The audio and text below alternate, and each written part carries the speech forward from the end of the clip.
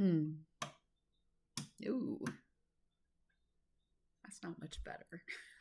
Oh well, I'm trying. Okay, so for today, pardon me because I have notes for myself that I'm going to look at and refer to. But it's so weird. I was at a client's house today, and real estate client. Okay, and she said something very profound to me today after we had kind of talked all of our normal stuff. She and I have become kind of friends, right? That happens a lot in real estate here. But she said something so profound to me today. And after we were talking about like childhoods and whatnot, and she said, all those painful things that you keep locked away in that like mental box. And I mean, we were talking about it, and I actually made the physical description of, but that's all. And I like put it in a box and, made all these hand gestures like I'm putting a bow on the box. And I said, but that's over there, right? And I do that a lot. I've done that in therapy too. So I knew exactly what she was talking about, and she knew exactly what I was talking about. And she said, again, the painful things that you keep locked away in that mental box. She said, that's not you. And I just sat there thinking about that. It's just not a way I had thought about that before. Because so many of us do carry old trauma, old shame, old wounds that people spoke over us, old words that people spoke over us. And somewhere along the way, we start believing those things become our identity. But what if they never were our identity? What if that box actually belongs to the people who caused the pain? Because she did go on and say, that box isn't you. That box is them.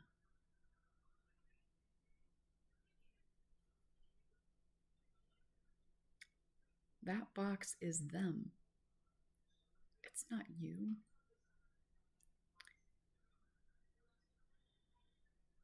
What if that box actually belongs to the people that caused the pain? The neglect, the cruelty, the manipulation, the abandonment, the fear. What if those things are evidence of what happened to you, but not proof of who you are? Okay. Maybe healing isn't pretending it never happened, because I don't think that works. Maybe healing is finally saying, this isn't mine to carry forever. Maybe you can acknowledge it, wrap it up, and then mentally hand it back. Not because it didn't matter, but because it was never your identity. That's not you. I think a lot of people need to hear that today.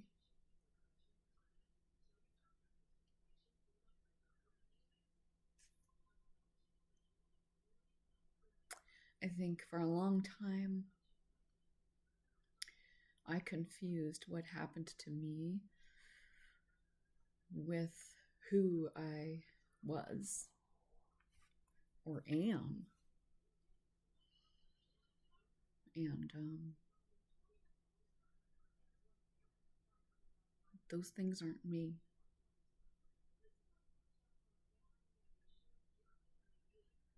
They aren't me. And those things aren't you. and they absolutely do not define who you are. You can decide who you are, but those awful, horrible things that happen to you, they are not you. They don't stem from you. They don't come from you. They were not caused by you. You didn't ask for them. That is someone else's responsibility entirely.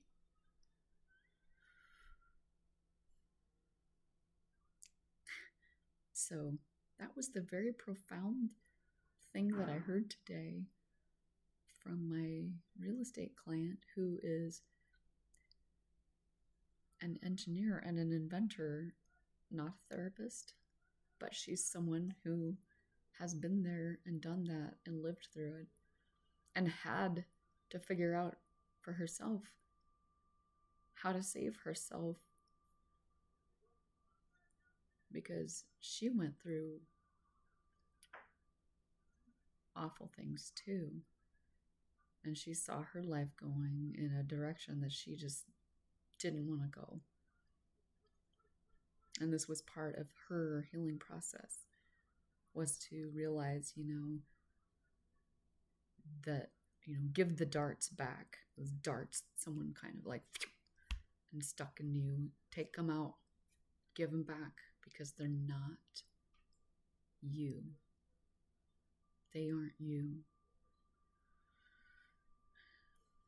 And it's a simple thought, but give it some time and let it sink in and really process it.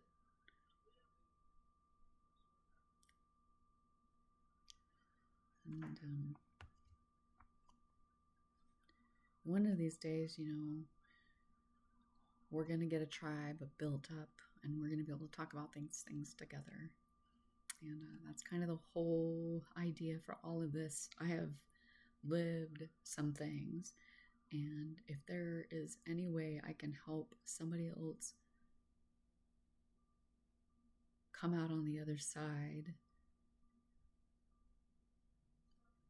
a growing and thriving person, someone who spreads love and compassion and empathy and makes the world a better place around you, rather than getting embittered and shutting down and being distrusting your whole life and not having good relationships because of that and everything. If I can help even just one person, then it's all worth it to me. And I guess that's what I'm signing off with today.